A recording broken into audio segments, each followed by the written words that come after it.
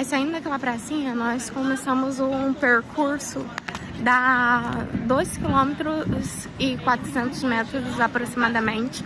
E agora nós iremos passar em uma das igrejas, certo? Minha mãe tá aqui comigo aqui o tempo todo. Tem escadas, tá, gente? Então venham com seus acompanhantes. Minha mãe tá aqui, ó, me segurando.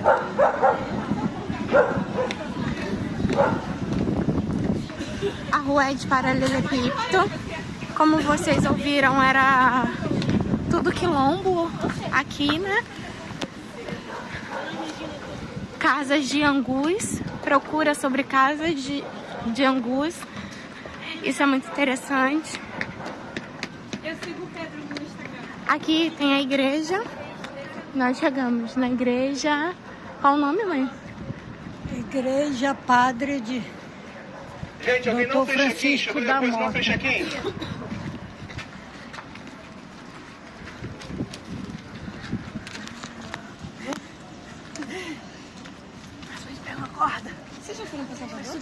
Fez check-in, Circuito de Aliança Africana, Igreja de São Francisco da Prainha.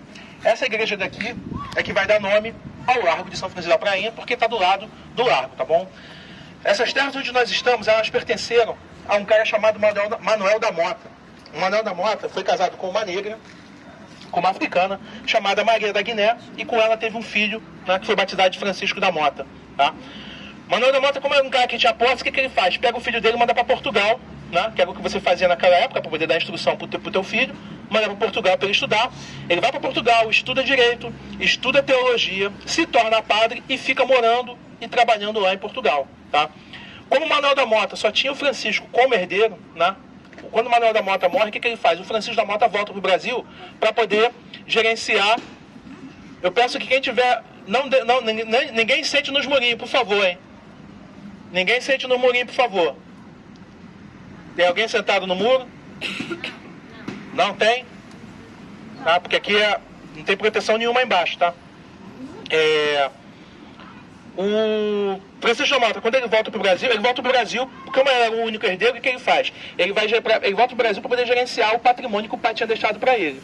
O Francisco da Mota, como era um cara que também tinha seguido a vida religiosa, também não teve herdeiros, o que ele faz? Antes de morrer, ele deixa o patrimônio que o pai tinha deixado para ele em doação para um grupo religioso aqui do Rio de Janeiro, chamado de Ordem Terceira de São Francisco da Penitência, que é a proprietária desse patrimônio até os dias de hoje, tá certo?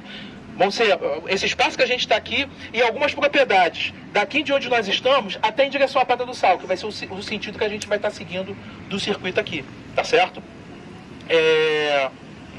Então pertence à Ordem Terceira até os dias de hoje, tá bom?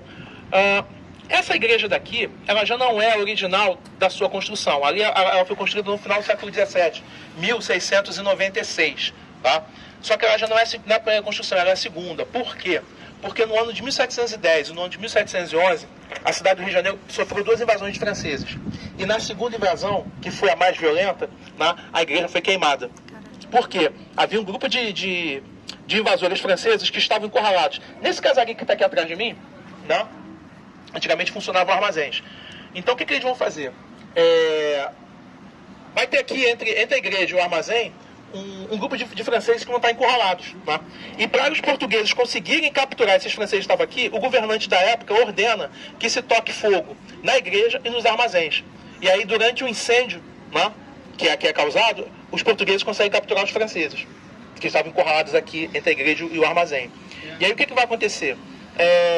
Sabendo que existe uma igreja aqui, ela vai voltar a ser construída por volta de 1738, 1742, mais ou menos, tá? Ou seja, essa igreja é a segunda construção, tá? Já não é mais a original, como está ali no medalhão ali na frente, tá? Que a primeira construção é 1696, final do século XVII. Já passou por uma reforma na sua parte externa, já passou por uma reforma na sua parte interna. Segundo os arquitetos especializados em arquitetura colonial, ou então professores de história da arte, ela seria classificada como estilo arquitetônico que a gente chama de barroco jesuítico, tá certo? De uma forma um pouco mais específica. Está fechada desde quando estourou a pandemia, né, por necessidade de controle sanitário, e a gente não sabe quando é que ela vai voltar a abrir para visitação. Normalmente, quando ela está aberta, das vezes que eu visitei, eu nunca vi padre aqui dentro. Eles deixam aberto, aí você visita, olha lá dentro como é que é bem bacana, né? O acervo arquitetônico deles é bem bacana, né? Mas eu nunca vi padre, nunca vi celebração também de missa, tá? A gente não sabe exatamente quando é que eles vão voltar a abrir para a visitação, tá certo? Tá bom? Esse calçamento que vocês estão pisando, a gente aqui no Rio de Janeiro, a gente consegue, uma coisa interessante dos circuitos da pé que a gente tem no Rio, é que você consegue ter contato com elementos constitutivos, né, arquitetônicos, que vão compor aí os 3 períodos da história do nosso país, né, Colônia, Império e República. Esse calçamento que vocês estão pisando aqui, por exemplo, lá embaixo a gente está o quê? Período republicano, né? Lá já sofreu muitas intervenções. Esse calçamento que vocês estão pisando aqui é um calçamento datado do período imperial, ou seja, foi feito depois da independência do Brasil, depois de 1822. A gente vai avançar para ali para frente para ver um calçamento do período colonial, ou seja, feito antes de 1822. QR Code, quem conseguiu abrir o QR Code aí para mim, por favor?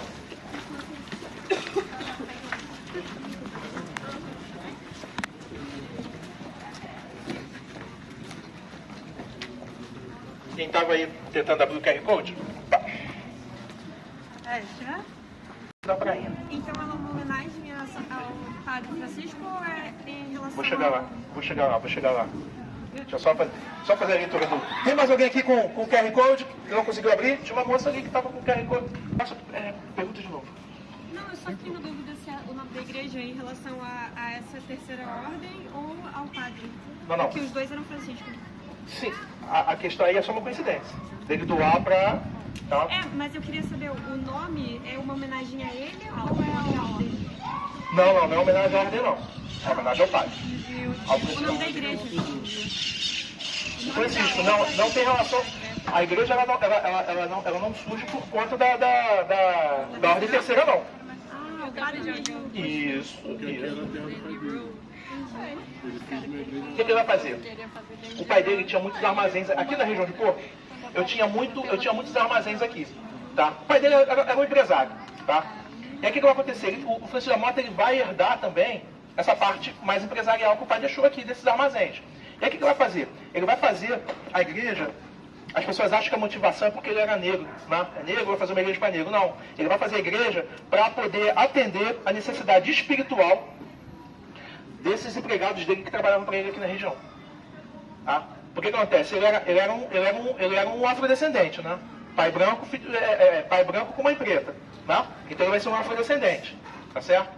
Só que aí acontece, ele não vai interagir diretamente, as pessoas pensam, não, porque isso aqui, como ele era descendente de negro, ele vai fazer uma igreja para os negros. Não, ele vai fazer a igreja para atender a necessidade espiritual dos empregados que trabalhavam para ele aqui. Tá bom? Então não vai ser uma homenagem para a ordem terceira. A ordem terceira vem depois. Entendeu? Eu achei que a terceira ordem tinha feito a homenagem para ele. Não, porque ele vai ser doada para a ordem terceira. Tá certo? Não vai ser a ordem terceira que vai construir. Ele vai receber as propriedades e a igreja também. Mas então é uma igreja em homenagem a São Francisco de Assis? Não, é isso que eu estou explicando. Ele faz a igreja, tá? A igreja é feita, porque a coincidência do nome dele com a ordem terceira, as pessoas estão achando que a ordem terceira é que vai fazer uma homenagem para o padre. Não. Porque ela vai ser doada, ela vai ser feita antes e vai ser doada depois. Ele fez a igreja. Coincidiu, ele fez a igreja. E botou o nome dele. E depois doou. Entendeu? Ele não tinha herdeiro e depois ele doa. Mas então não tem padroeiro. Nossa Senhora, isso aqui, São Francisco, São Tá. Eu não sei se eu posso fazer a vinculação a São Francisco de Assis. Tá? Porque eu não sei se dizer se ele era franciscano. Porque para eu poder seguir ele como. O que acontece? Eu sou batizado de Francisco. Ou, sei lá, sou Antônio. Mas Santo Antônio pode não ser meu padroeiro. Não. Você entendeu? Não tem como te garantir que a motivação tenha sido essa. Sim. Vamos fazer assim para poder seguir ali. Meu nome é Francisco, então é o nome que eu... Quando eu nasci no dia 14 de junho, 2h30 da madrugada, minha mãe falou assim: você trouxe o nome do santo. Eu falei, gente, só porque eu nasci 2h30 depois, eu trouxe o nome de Antônio. Né? Não tem essa vinculação. Se você não, eu sou Antônio, então tudo meu vai ser relacionado. A gente não faz essa vinculação. Para mim, isso é mais uma questão de uma coincidência. Entendeu? Eu não faço essa vinculação. Tá? Tem que seguir aqui porque é Francisco, automaticamente é franciscano, entendeu? Eu não faço esse tipo de associação. Tá? Mas vale um aprofundamento aí. O que a gente chama de calçamento pé de moleque, um calçamento datado do período colonial, ou seja, um calçamento que foi feito antes de 1822, antes da proclamação da independência, né?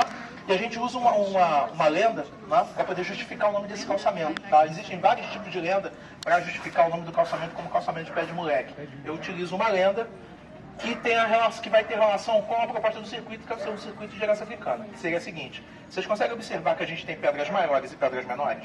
Sim. As pedras maiores teriam sido assentadas por africanos escravizados adultos. Ficavam espaços entre essas pedras maiores. E eu ocupava esses espaços que ficavam entre essas pedras maiores com pedras menores. E aí o que eu fazia? Eu pegava crianças negras que tivessem o pé do tamanho dessas pedras menores para vir fazendo um trabalho de... vir pisando na pedra para fazer o trabalho de assentamento dessa pedra. Né? E aí o que vai acontecer? Vai se fazer bolhas nos pés dessas crianças. Tá?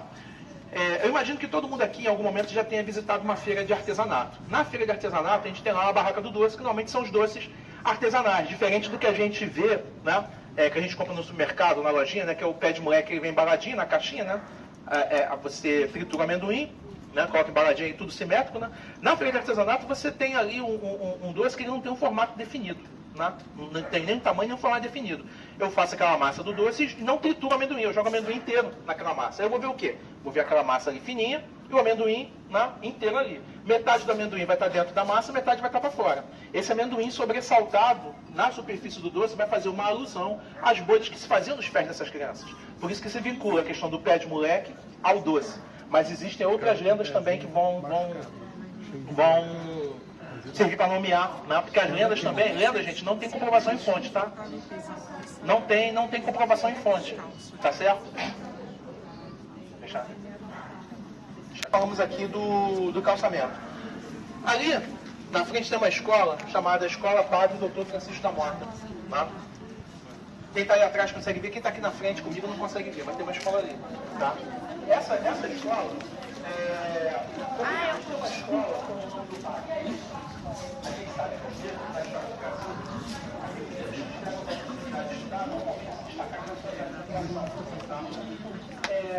o pai Francisco da Mota, como foi um afrodescendente, né, que veio de uma família, né, que o pai tinha grana e que investiu na educação dele, né, ele era um entusiasta de que a educação era uma forma de você se desenvolver socialmente.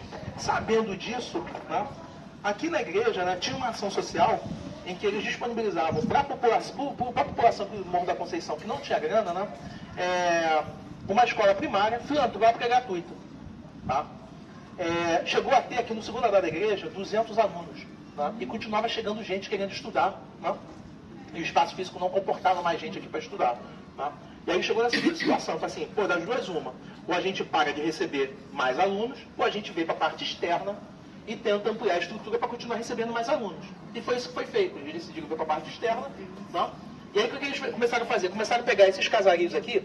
Isso aqui a gente vê, antigamente, como funcionava como armazéns, né? Hoje funcionam como residências. Eu sei que são individualizadas porque eu tenho conjunto de portas e janelas de cores diferentes. Tá? Então são paredes diferentes que moram aqui. E aí o que eu tenho em comum nelas? Uma parede. Aí o que eles fizeram? Fizeram uma parte externa e começaram a pegar as construções. Se vocês observarem, todas as construções aqui na região é tudo assim. Que a gente chama de casa geminada, né? Tudo colado uma na outra. O que eles fizeram? Vieram para a parte externa e começaram a pegar os casarios, derrubavam a parede interna e ia ampliando a estrutura. Né? Então, quando a gente conseguir o circuito agora, a gente vai seguir e vai passar ao longo de toda a extensão da igreja. Tá? Então, o que vocês vão ver agora, do tamanho da igreja, ela não surge desse tamanho, tá? Ela vai ganhando esse tamanho com o passar dos anos, que eles vão fazendo essa ampliação com o passar do tempo, tá certo? A escola. A igreja não, a escola. A escola. Funcionando no turno da manhã e da tarde, mantém o seu caráter filantrópico gratuito, tá? Até os dias de hoje. Em 2012, ela quase fechou as portas por problemas financeiros. E aí, para que ela não fosse fechada, o que eles fizeram? Eles trouxeram veio para fazer parte da gestão financeira, administrativa e pedagógica, um grupo religioso chamado Sagrado Coração de Jesus, tá bom? Essas irmãs, elas estão na gestão da escola, né? Trabalham utilizando o hábito, né? Quando a gente passa ali com a porta aberta, elas estão utilizando o hábito, né? E tem estudo religioso também, tem religião na grade curricular dos alunos, tá certo? Até 2005 não tinha o nível médio, a partir de 2005 um grupo de doadores colocar o recurso para ser inserido o nível médio, então você entra no fundamental e vai direto até o nível médio, daqui saindo já direto para o vestibular, tá certo? Porque a partir de 2005 foi inserido o nível médio na estrutura de ensino da escola, tá bom? Tá certo? Então a gente vai fazer a caminhada agora, a gente vai passar por toda a extensão ali da Igreja Padre Dr. Francisco da Mota, tá bom? Vocês já estão descendo. Já estão descendo ali.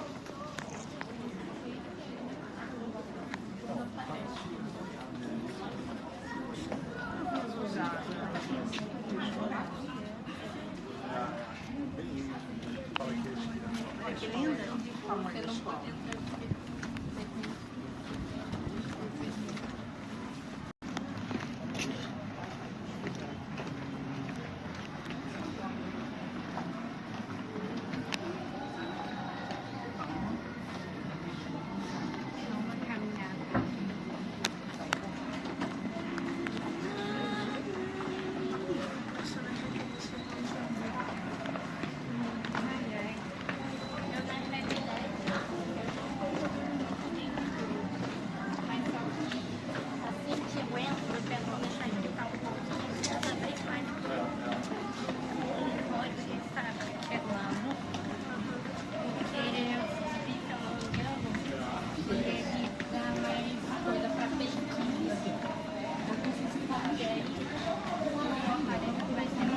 É tudo em paralelepípedo, né, como foi orientado. Tem degraus nesses paralelepípedos e tem que ter muito, muito cuidado. Eu vou guardar aqui que tem um. Dia 27 vai ter uma tarde de autógrafos. Teve 23 também. Acho que foi 27 vai ter também.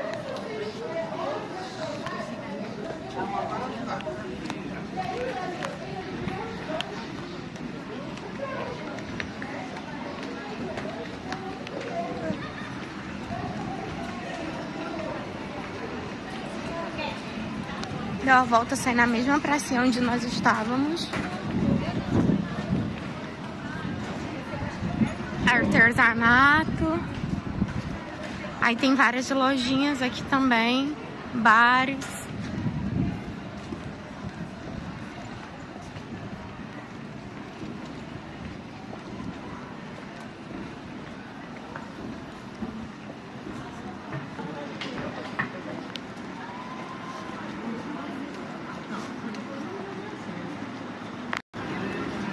Aí aqui começa a Pedra do Sal, né? Nós estamos sendo guiados. E as pessoas estão vindo também pela visita guiada.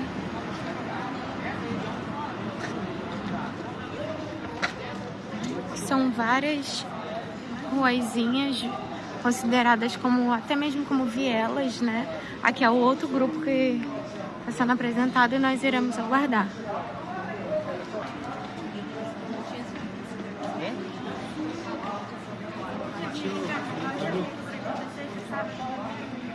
Com as pessoas que... Chegou todo mundo aí? Eu vou falar com vocês uma abordagem que eu não fiz ali, porque já tinha outro grupo ali era pequeno e ia deixar vocês ali estrangulados no beco ali, né? Então acho melhor a gente fazer o bate aqui, tá mais confortável. Vou falar o que a gente não falou lá, né? Que a gente tem que parar lá. E ali a gente tem a Casa de Escrevivência, né, a Casa da Conceição Evaristo, e tem também um painel em homenagem ao Lago Jovino, tá? Então eu vou falar sobre essas duas coisas aqui e depois eu vou falar sobre a Pedra do Sal, beleza? Para não ficar ali, o guia não contou tudo, o guia só não mostrou tudo, mas vai abordar tudo, tá bom? Daqui a pouco vai chegar a Lívia aí também, aí vai ficar aí no engarrafamento. Vamos lá. Lá naquele beco que eu não parei, que tem ali a Casa de Escrevivência, em frente à Casa de Escrevivência tem um painel como homenagem ao Lago Jovino. Quem foi o Lago Jovino e qual a importância dele aqui para a região? Tá? O Lago Jovino, ele veio da região Nordeste, tá? Para morar aqui no Rio de Janeiro. E aí o painel que foi colocado lá em frente à Casa da Nova Conceição, a Casa de Escrevivência, né, ali no beco João Inácio, foi colocado ali em homenagem a ele, porque quando ele vem morar no Rio de Janeiro, ele vai morar naquele beco. Por isso que o painel tá lá. Ele vem morar aqui no Rio de Janeiro e mora naquele beco, tá certo? E quais são algumas características importantes dele para a história do samba no Rio de Janeiro? Ele é considerado um dos primeiros carnavalescos que a gente tem na história do Brasil, lá no início do século passado. Quem é o carnavalesco? Qual a função do carnavalesco? Com base no samba enredo que venceu a disputa na quadra, ele montar o desfile conforme a temática do samba vencedor. Ele que vai pensar quantos carros alegóricos são, como é que vão ser as alegorias, como é que vão ser as cores predominantes daquele desfile. É o cara que literalmente bota o desfile na avenida. É o cara que vai pensar todo o desfile, né, para colocar na avenida, tá certo? A quantidade de alas que vão ter, se vai ter mais alas, se vão ter menos alas, tá? Então essa é a função do carnavalesco. Montar o carnaval para colocar a escola na avenida. Então ele é um dos primeiros carnavalescos que a gente tem na história do Brasil, lá no início do século passado. É responsável também pela criação de um tipo de desfile chamado de rancho carnavalesco. O que vinha a ser o rancho carnavalesco? O que a gente conhece como desfile de escola de samba hoje, ele não surgiu, tá, há mais de 100 anos atrás, no formato que a gente conhece hoje. O que a gente conhece, um formato que a gente conhece hoje, que a gente vê na televisão, é resultado de várias transformações que foram acontecendo ao longo dos anos. E a gente teve alguns outros movimentos que antecederam o desfile de escola de samba. Um deles foi o rancho carnavalesco, que é a criação do Hilário Jovino. Tá certo? Eles estão subindo? Não. Então vamos subir também. Vamos subir.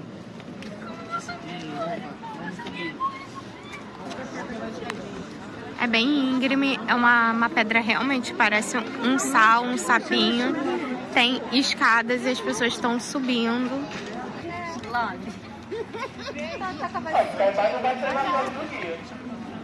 A gente não vai sair na foto. Vem pra cá, amor.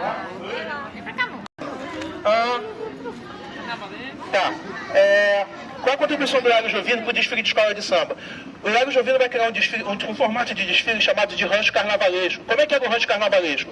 Era um formato de desfile onde as pessoas se deslocavam de forma lenta e era acompanhado de instrumentos de sopro e de corda. Naquele momento você ainda não tinha percussão. Percussão vai vir depois, tá certo? Então ele é o responsável por esse formato de desfile, tá? Que é o rancho, que a gente chama de rancho carnavalesco, tá? O rancho carnavalesco, na verdade, ele antecede o rancho, que é um formato de desfile que antecede o rancho carnavalesco, que ele vai ser comemorado ali, ele tem uma pegada mais religiosa, tá? A origem do rancho vai ter uma motivação religiosa, pegando ali uma questão de Natal, Dia de Reis Magos, tá? Só que aí o Hilário Jovino, ele participava desse formato de rancho.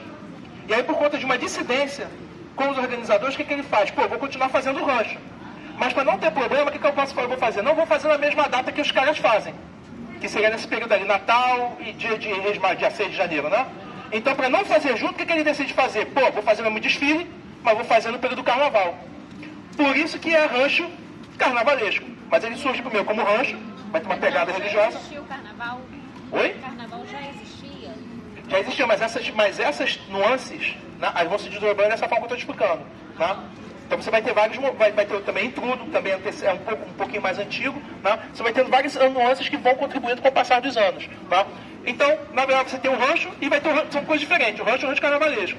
Por que chama rancho carnavalesco? Porque ele decide sair no carnaval, para sair numa data diferente, para não ter problema com o pessoal que fazia esse rancho, do qual ele se tornou dissidente.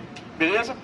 Outra contribuição dele também, quando vocês forem olhar lá o painel, vocês vão ver que o painel, ele tem ele foi feito uma homenagem, né, colocando a figura do mestre Salles no porta-bandeira. Ou seja, a criação da figura do mestre Salles no porta-bandeira, que a gente vê hoje nos desfiles de escola de samba, é uma criação do Hilário Jovino. Por isso, quando vocês passarem lá de volta e olharem lá, você vai dizer, mestre Salles no porta-bandeira. A criação é do Hilário Jovino, que permanece até os dias de hoje, que a gente não consegue imaginar desfile de escola de samba sem mestre Salles no porta-bandeira, né? A gente não consegue mais imaginar, dissociar nessa figura, né, que é emblemática ali, muito característica da escola, né? Não ter mais essa figura. Então, é uma criação também do Hilário Jovino, tá certo? Tem mais informações a respeito da vida dele, tá? Então, depois, quem tiver interesse, pode aprofundar aí, né, pra gente não transformar isso aqui num tour de samba, né? Porque quando a gente é possível fazer, né? Porque tem várias personalidades. Só que a proposta do nosso circuito é ser um pouco mais abrangente, né? E aí, às vezes, dependendo de cada temática, em tudo relacionado à herança africana, você pode se aprofundar em tudo. Você pode se aprofundar em gastronomia, você pode se aprofundar na história do samba, na história, na influência da mulher negra ao longo do desenvolvimento dessa região. Você também pode fazer uma perspectiva dessa. Então, você tem N possibilidades de exploração da temática aqui na região, tá bom? A gente dá só as coisas mais assim, só para saber que apita esse cara toca, e aí a partir daí, conforme o seu interesse, você aprofunda, entendeu? Mais informações a respeito, tá certo? Casa de Escrevivência, a Casa da Dona Conceição Evaristo, que estava ali em frente quando a gente viu. A Casa de Escrevivência é um espaço, né, que pertence à Dona Conceição, que abriga o acervo dela catalogado, né, e é um local também onde ela faz é utilizado para fazer as entrevistas que ela faz, e também receber palestrantes e debatedores, né? Porque a Dona Conceição é uma das principais intelectuais, né? Hoje ela vai ganhar notoriedade com 70 anos de idade, depois de 70, hoje, se eu não me engano, ela está com 77, né? É uma das principais intelectuais que a gente tem na literatura brasileira sobre as temáticas que envolvem a africanidade, tá certo? O termo escrevivência é um termo que ele não existia, foi cunhado pela Dona Conceição, tá? E o que vem a ser o termo escrevivência? Imagino que algum de vocês já tenham lido aqui Olhos d'Água ou qualquer outra obra da Dona Conceição, né? Vocês vão observar que a obra dela é toda pautada na própria experiência de vida. Ela traz para o ambiente da escrita a sua vivência. Ela faz uma escrita da vivência, ela faz uma escrevivência. Era um termo que não existia, é criado pela Dona Conceição sob essa perspectiva. Por isso que o nome da casa é Casa de Escrevivência. Mas, põe no dicionário. Não tem no dicionário. Não adianta, porque ela criou agora. De repente até atualizaram. Talvez ele até tenha atualizado o dicionário, tá? Mas o termo foi criado por ela, com base nessa narrativa, né, do que vai pautar a obra dela, tá certo? A gente passou ali rápido, também tem dado para observar. A casa tem mais 2 pisos, tá? E qual a proposta ali do espaço? Você recebe, por exemplo, um convite para sair do teu estado ou do país para participar de algum tipo de palestra, né, alguma roda de discussão, você tem que se hospedar em algum lugar. E aí qual a proposta aqui? Desses debatedores que eu convido para vir para cá, eles vêm para cá, participam dessas discussões, ao invés deles irem para o hotel, eles ficam hospedados aqui no próprio espaço. Então é uma proposta bem simpática, né? Em termos de acolhimento, né? Porque eu recebendo você de fora, né? Acho que é bem simpático você também de fora, eu te acolher no meu espaço ali, meio que a minha casa, tá bom? Se eu não me engano, dia 27 vai ter uma tarde de autógrafos. Segue lá, dá uma olhada lá no Instagram deles, cara, gente, vai ter uma tarde de autógrafos dia 27. Eu não sei se é 2 horas ou 3 horas da tarde. Que aí você traz o teu livrinho, que a Dona Conceição vai estar ali autografando, tá bom? Vai estar ali, ela é super simpática, super gente boa, sabe, o pessoal poder fazer foto e tal, é super gente fina a Dona Conceição, tá bom? Então essas aí são as 2 abordagens que eu não falei lá, porque a Lívia estava lá com o grupo dela primeiro, tá? Aí depois vocês voltando, circulando aqui, é só entrar no banco, vocês vão ver o painel do Largo Jovino em frente à Casa de Escrevivência, tá certo? Entrar até ali é tranquilo, tá bom? Não tem problema, se você estiver sozinho, você pode entrar até ali, que ali é movimentado, não tem problema não, tá bom? Tá certo? Eu tenho um rancho, que ele vai acontecer, o rancho ele tem um caráter de desfile de cunho religioso, tá? Ele vai sair, eu não vou ter como te lembrar isso agora exatamente, mas vai sair entre Natal e Dia de Reis Magos, que é 6 de janeiro, né? Eu acho que ele sai no dia de Reis Magos. Ele tem um cunho ali religioso. O Largo Jovino saía com essa galera. Ele se desentende com essa galera. E aí essa galera continua saindo, continua fazendo rancho com esse caráter.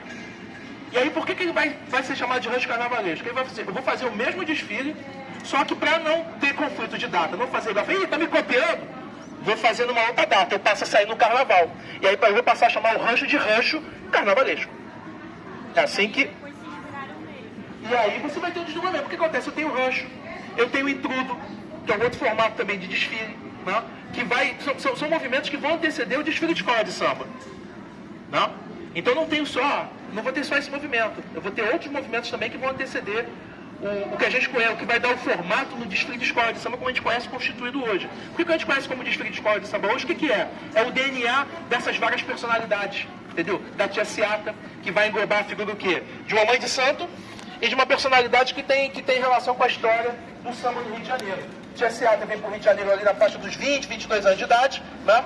Uma mãe de santo, e eu vou também ter aí uma pegada da formação da ala das baianas, com uma inspiração, entre outras inspirações também, com base na Tia Seata. O que são a ala das baianas? São essas mães de santo. Entende? Então você vai vendo, aí eu tenho uma inspiração da Tia Seata, ou outros elementos, tem uma inspiração do Largo Jovino. Então cada um vai dando a sua contribuição para formar esse um dos maiores espetáculos da Terra, que é o desfile de escola de samba. Né? Ele não vai ter assim, é tudo influência do... Não, cada um foi com um pouquinho ali contribuindo, né? Ele vai se desdobrar dessa maneira. Vocês lembram lá que eu mostrei para vocês um prédio verde? Lembra que eu mostrei um prédio verde? Hora da comida, que fominha. Fica mais feliz. Fica à vontade, não quero te interromper. Relaxa, come, mas... Entendeu? Come, mas presta atenção no guia, relaxa. Se a gente traçar uma linha reta aqui na direção do meu braço, a gente vai sair na direção daquele prédio verde, tá? Vocês estão vendo que tem um prédio aqui colado na Pedra do Sal? Antigamente, a Pedra do Sal se estendia até aquele prédio verde. O que aconteceu? Em 1830, a Pedra do Sal foi cortada para facilitar o acesso desse lado da cidade para o outro lado da cidade. Como é que eu fazia para poder passar para o outro lado? Ou eu passava por cima da Pedra do Sal, ou eu contornava a Pedra do Sal por dentro d'água, porque a Pedra do Sal passava por cima da prainha. Naquela época, como é que a Pedra do Sal vai se chamar? Pedra da Prainha, porque ela passava por cima da prainha, tá?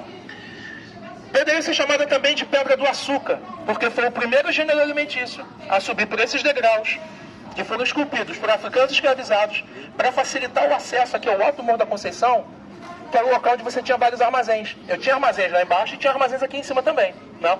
E aí eu vou construir, né, os escravizados vão construir esse degrau para poder fazer o acesso aqui. Vai subir sal e vão subir também outros gêneros alimentícios. Normalmente se acha, né, que, porque a Pedra do Sal, porque só subiu sal. Não. Subiu açúcar primeiro, sal e outros gêneros alimentícios. Tá? Por que vai ficar como Pedra do Sal? Porque vai ser um produto que vai ser mais demandado, né, enquanto mercadoria requisitada para ser comercializada. Por quê? Porque o sal eu utilizava para preservar alimento, né, mais especificamente fazer ali a carne de sol, carne de charque, né, carne seca, né, que eu faço aí um sanduíche, né, com sal de um lado do outro. Eu preservo isso do ponto de vista da tecnologia para preservação de alimentos. Era revolucionário, né? Como comerciante, né, que eu vou ter uma perda muito menor do meu produto, e eu utilizo também o sal como antisséptico para cura de machucado e ferida. Então isso vai demandar, por conta dessas propriedades, vai demandar uma maior quantidade desse produto aqui para ser comercializado. Por isso que fica a Pedra do Sal. Mas não sobe só sal, sobe açúcar primeiro, sal e outros gêneros alimentícios também. Beleza? A Pedra do Sal, normalmente tem alguma associação. Tem alguém aqui de Madureira? Só vocês duas? Só ninguém? Oswaldo Cruz. A adjacência serve também. Oswaldo Cruz, Beto Ribeiro, Vaz Lobo, Turiaçu. Tá vendo só como é que você... Eu falar meia. A meia tá... Eu tenho que saber quantas pessoas tem, né? Tem mais? Porra, o cara ali, tu é bitela, hein, cara? Por que eu pergunto isso? Pelo seguinte... Normalmente se coloca aqui a Pedra do Sal como o samba tendo surgido aqui na Pedra do Sal, né? Só que assim, eu não sou muito partidário, né, de que o samba teria surgido aqui. Eu sou partidário que o samba ele vai acontecer, vai se desenvolver simultaneamente aqui na Pedra do Sal, Madureira e na região do Estácio, né? Que às vezes você coloca assim, porque surgiu aqui primeiro, quando tem gente de Madureira dá confusão, né? Por isso que eu pergunto quantas pessoas tem, né? Pra saber se o meu espancamento, né, vai ser algo assim muito dolorido. Quando eu olhei pra você, o cara é quadrado, eu falei assim, pô, meu irmão, você entendeu por que eu contei, né? Então, tu acha que eu já não vi guia tomando coça aqui? Tô de bobeira? Presta atenção. Então assim, qual é o meu entendimento? Alguns profissionais vão dizer para vocês que o samba surge aqui. Quando eu digo que surge aqui, vai começar aqui para depois começar nos outros lugares. Qual é o meu entendimento? Tá? Que eu acho que estaria mais próximo da coerência, sem nenhuma pretensão, tá? Sem nenhuma grande pretensão. Porque esse movimento ele acontece simultaneamente. Cada região com a sua particularidade. Aqui com uma particularidade de um samba mais voltado para um chama de chorinho. No Estácio, de uma influência muito presente do surdo marcial, que é o surdo das Forças Armadas, aqui no surdo de marcação, e Madureira, o que a gente conhece como samba enredo. E tudo isso contribuindo para fazer essa grande miscelânea que a gente conhece o samba do jeito que é formado hoje. Tá certo? Então você normalmente tem sempre umas discussões para ter, vai defender ferrenhamente que é aqui. Eu sou partidário que você tem esse movimento se desenvolvendo simultaneamente, que eu acho que é mais, né, e preserva a minha saúde também. Né, que é muito importante, eu tenho que voltar para casa, né, gente? Tem que voltar para casa. Não estou fazendo média com vocês não, tá? Estou fazendo média com vocês não. E aí você vai ter... E aí o que vai acontecer? As pessoas acham que a Pedra do Sal é importante só do ponto de vista da relação da Pedra do Sal com a origem do samba. Não. A Pedra do Sal é importante porque ela tem relação com a origem do samba e também tem relação com as religiões de matrizes africanas. E onde é que essas religiões entram na sua relação com a Pedra do Sal? Era muito comum você ter casas, tá, de práticas de religiões de matrizes africanas no entorno da Pedra do Sal. E era muito comum também você fazer as oferendas para os orixás e colocar aqui no alto da Pedra do Sal. Tá? Então não é que a questão do samba não seja importante, não é isso. Mas eu não restringo só a sua relação com o samba. Tem relação com o samba e tem relação também com as religiões de matrizes africanas, que são muito importantes e são determinantes. Por isso que eu tenho homenagem aqui para a Tia Seata, que era uma mãe de santo. Tá? Jovenzinha, quando veio para cá, veio com 20, 22 anos, né? tem relação com a religião e com a construção do samba do Rio, tá?